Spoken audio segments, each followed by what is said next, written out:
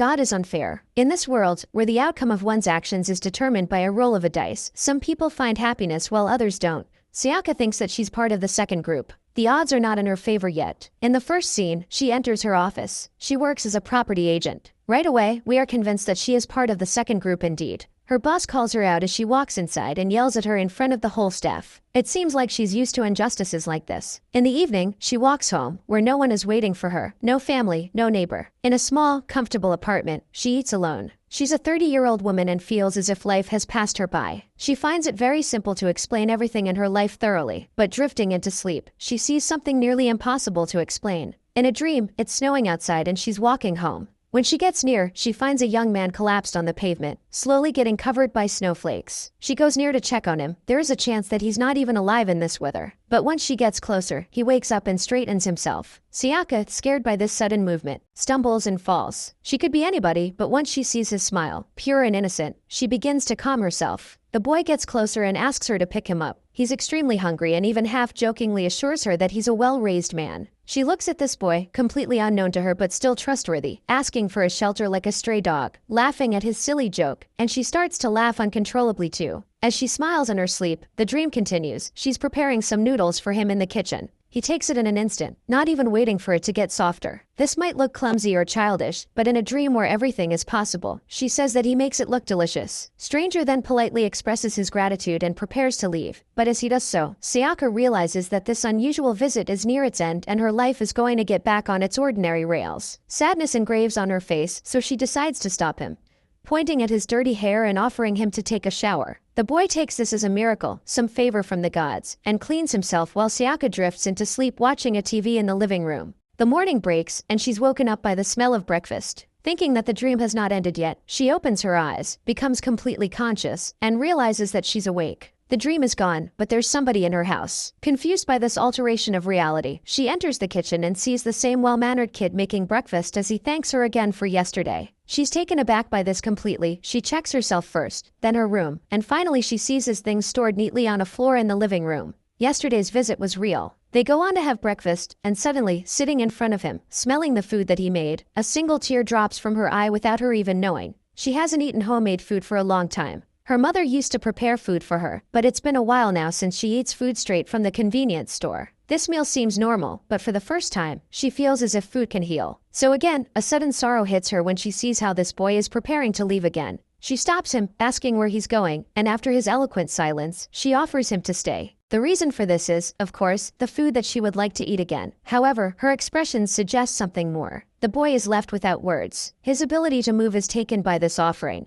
And so, Sayaka takes his backpack and drags him back into the kitchen, making tea for him while he just sits there, in shock that this act of kindness could even exist. Then he stands up rapidly and introduces himself to her. His name is Itsuki, but the last name is hideous, so he leaves it a secret. Now, only his name is obvious, and the rest about him is a complete mystery. She says her name too, and now they can leave the official tone and politeness and start this weird and odd life together in which the dream and reality are strangely intertwined. In the following scene, Itsuki starts working in the garden. Sayaka tries to stop him since it's a heavy job to do, but Itsuki explains that he can't leave it alone. And so, Sayaka joins him too. After a short conversation, Sayaka notices a troublesome weed and suggests that they get rid of it. However, Itsuki seems quite educated in this field and tells her to just leave it, since it's rare. She turns to get bags from home, but he stops her for a second, afraid to say something, trying to gather himself, and at the end, he says it. What if he stays here for half a year? Sayaka's face shows that she hasn't thought about it at all. Half a year seems like a lot of time, and she should be aware that she will be spending it with a stranger, but to her surprise, she won't.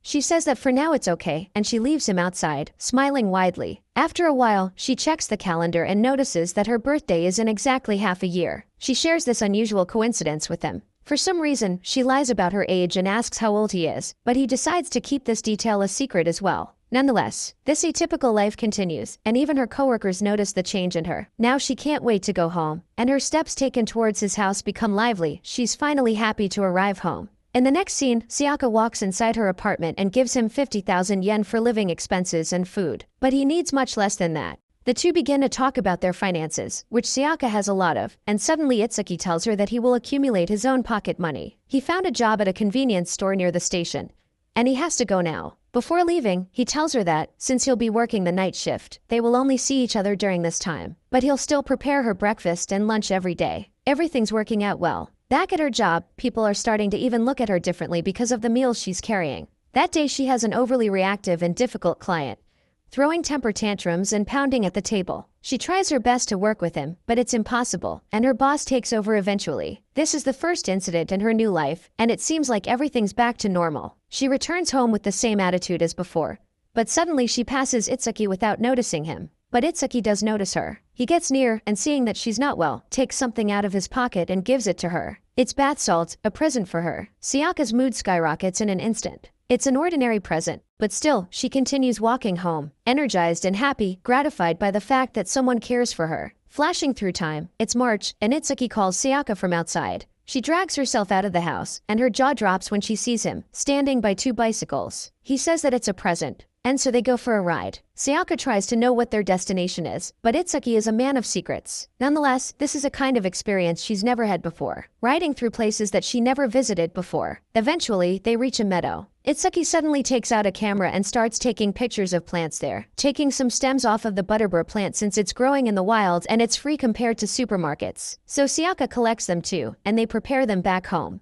Itsuki seems to be very knowledgeable in the culinary arts, but we can't know where that knowledge is coming from. That day he starts teaching her how to cook, and eventually, that meal is better than any other. It's simple, and all are made out of butterbur. Sayaka tries everything, while Itsuki just watches her express this cascade of emotions. That night, something keeps her awake. She comes out of her room silently and looks at him, sleeping in the living room. They are connecting on a level that most people only dream of. However, he's just her roommate, and for some reason, this acknowledgement hurts her. In the following scene, she's about to have lunch when her coworker comes up to her and swiftly takes a small piece of her food. Sayaka feels as if something of great value has been stolen. This is not mere food for her anymore. She's extremely mad but still gathers herself and goes outside to eat. There, sitting on the bench, she discovers a note, saying that only 5 days are left until their next hunt. The note and the word hunt give her joy. So, 5 days pass, and they go by the river to scavenge some more ingredients. They have to go down a steep hill, and Itsuki offers her hand. It's been a long time since they lived together, and this is the first time they are about to hold hands. This realization freezes her for a second, and then she takes his hand.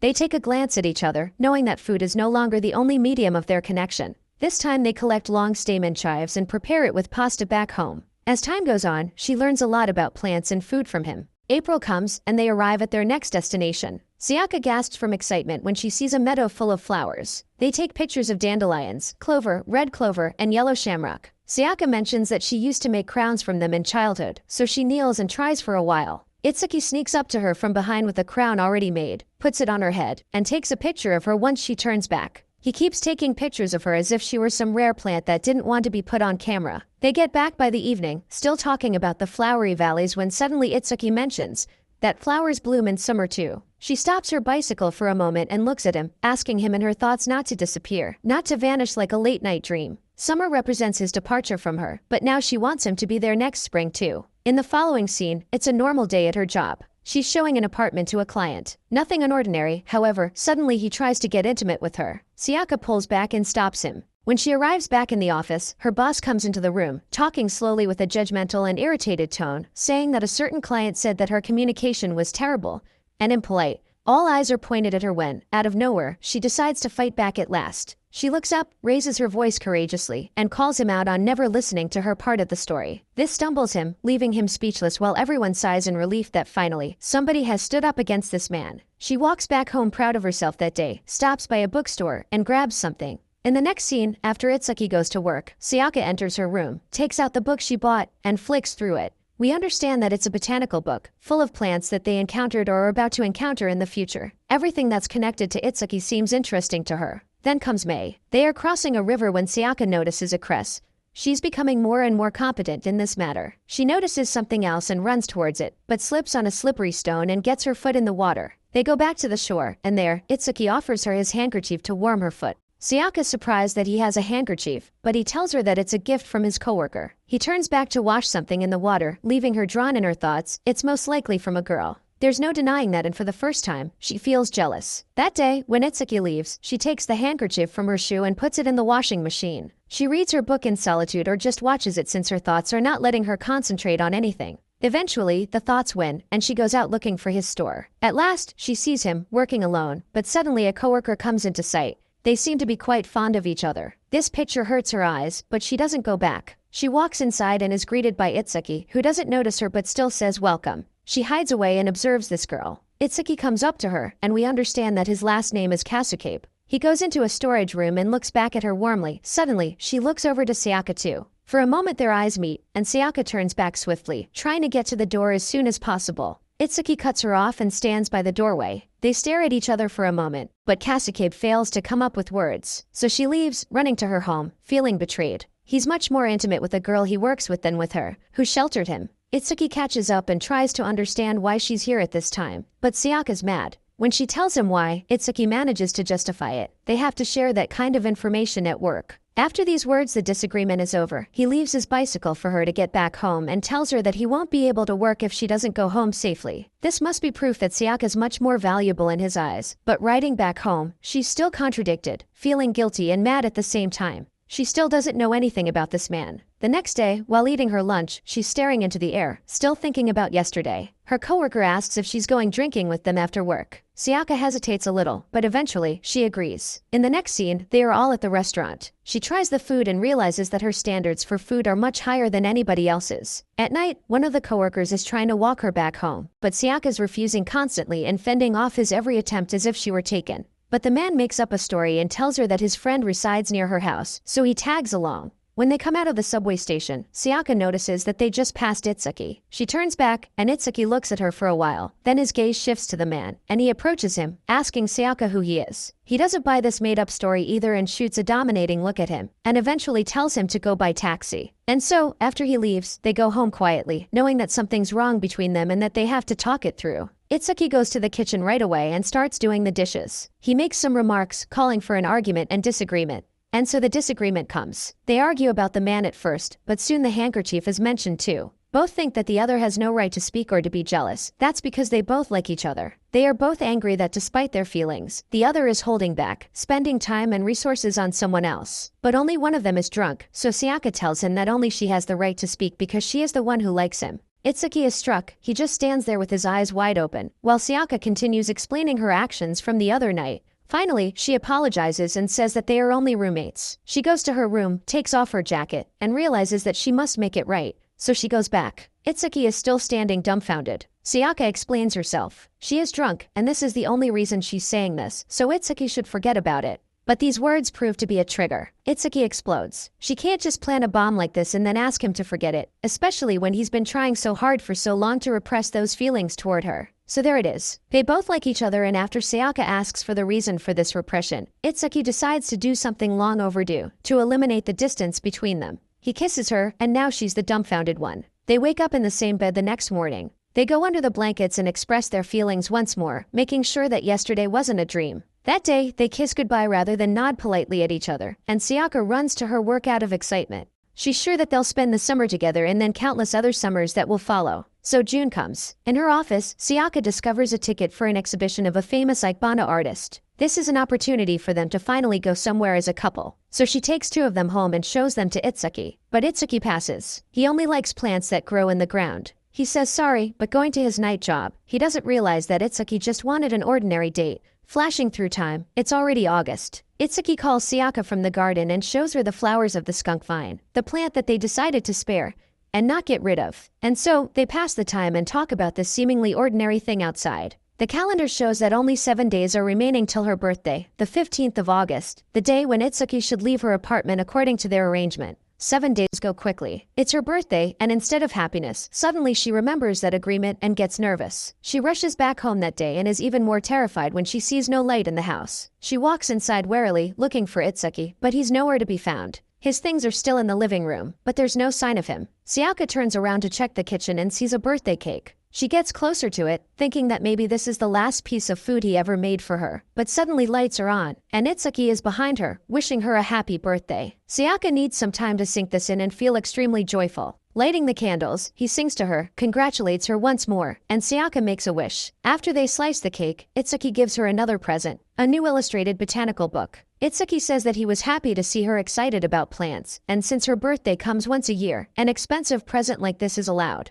So Sayaka checks the waters and says that for his birthday he should wait for something he will love too. Itsuki only says that it's not necessary, so the initial plan is forgotten, and they will continue living together for the countless summers to come. The next day, after enjoying her meal and receiving compliments from her coworkers during lunch, she gets home. The place is quiet for some reason. She calls for Itsuki. Just like yesterday, no one is answering. This time, Sayaka goes into the kitchen first and sees a notebook and an envelope lying on the table. She opens the envelope and reads a note saying, "Thank you." Filled with fear, she looks around and walks towards the living room, only to discover that he's gone. She runs around the house, shouting his name, but it's empty. There are photos of her in the envelope and notes about gardening in the notebook. It seems like these are his last presents, but Sayaka doesn't want to believe that. She runs out of the house and goes into his store and looks for him there. Suddenly, she sees a uniform outside the store. It looks like him, so she rushes outside, only to discover that it's somebody else, a new employee. This boy tells her that Itsuki quit 2 days ago, and the girl he was working with left months ago. Sayaka believes that at least she might give her some insight into where Itsuki went, so she pleads and begs for her number, but to no avail. She goes back home in the rain, walking beside her bicycle, drowning in sorrow. Back in her home, the sight of Itsuki's presence doubles her heartache. And so, she cries her heart out over the table full of pictures of herself being happy. The next day, in the office, she has to eat food from the market, but that's not what makes her sad. She's sitting there, looking at the air, when her coworker, who always tries to flirt with her, asks what happened to the meals she used to carry. She just says that cooking became rather boring, so she's taking a rest from it.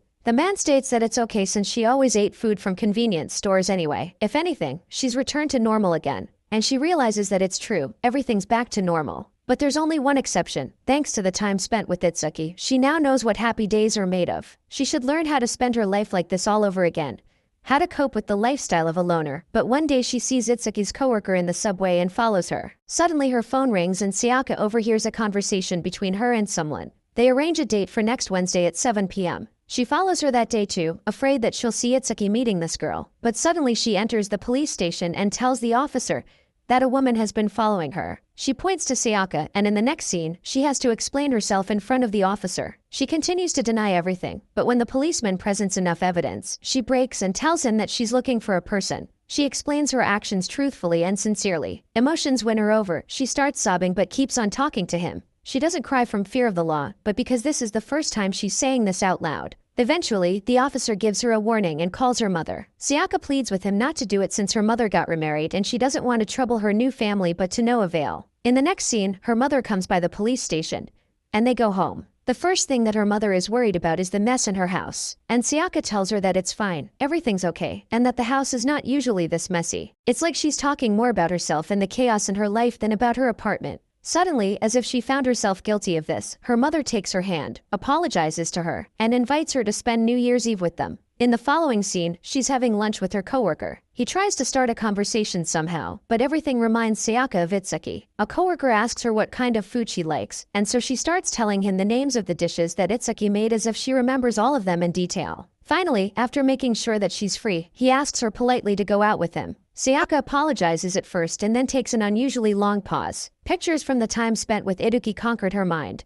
And eventually, she says that there's somebody that she liked. Tears come drifting down her face. Overwhelmed by confusion, the man tries to make her laugh. He starts sobbing, saying that he should be the one who cries here and that this makes her laugh too. February comes, she goes outside in her garden, sees a skunk vine, and remembers the time they first started to care for this garden. Suddenly, an idea sparks inside her head. She goes to the same meadow where they first gathered their food and finds the butterbur plant. She makes the same dish back in her apartment. Finally deciding to embrace what Itsuki has given her, she visits the same places, prepares the same dishes, and spends his life as if he were still by her side. Sayaka is calm. She's finally over Itsuki's departure because, deep down, she knows that they are meant for each other and that they will see each other again one day. August comes again. There's someone at her door to deliver a package. She receives it and freezes in place when she discovers that it's from Itsuki. Then she rushes to the kitchen, opens it, and sees yet another botanical book. She looks at it closely and is even more surprised when she sees his name on the cover. She reads about this book on the internet and finds that there's a release party today at 2 o'clock. She has only half an hour, so she prepares hastily and runs outside.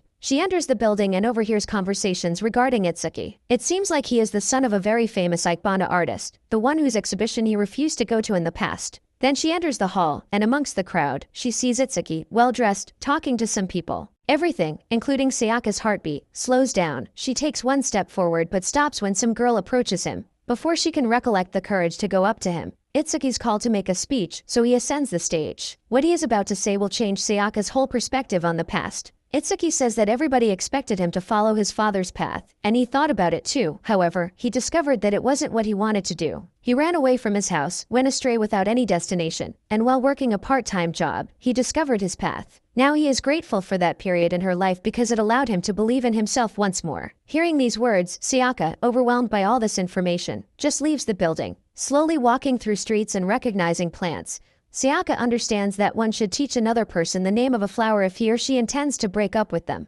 Flowers bloom every year, and Sayaka knows that every time she sees one, it will remind her of the time she spent with Itsuki. She finally gets closer to her home, but she feels that something's not right. She turns back and finds him again, sitting on the pavement once more, just like in the past. He forces himself to smile and asks her where she went, but that's Sayaka's line. Itsuki wants to talk about it, but not here. And so they ride their bicycles once more and go by the river. In the following scene, they are at the shore, but Itsuki is silent. Sayaka briefly tells him about the time he spent alone. Sadly, he left, and sadly, they can't be together, but she's still happy for him and how everything turned out. Finally, she compliments his speech, and now Itsuki begins to talk. He asks her if she listened to his speech till the end. It seems like the speech wasn't over yet, and now he will fill in the gaps for Sayaka himself. He goes forward and starts reciting the last of his speech, mentioning Sayaka and her hospitality, her warmth, her purity, and her vulnerability. She helped him immensely in his journey, made him happy, and made him realize that he wanted to be with her forever. But first, he had to work on himself, face his past, and make himself worthy of spending the rest of his life with her. So, Itsuki asks Sayaka to take him back, the man who loves weeds to an extreme. Sayaka repeats the words once spoken to him, "There's no weed without a name," and hearing this, Itsuki gets closer to kiss her and embrace her. And so, now their life together starts, and Sayaka can state confidently that the lunch she's bringing to work was made by her husband.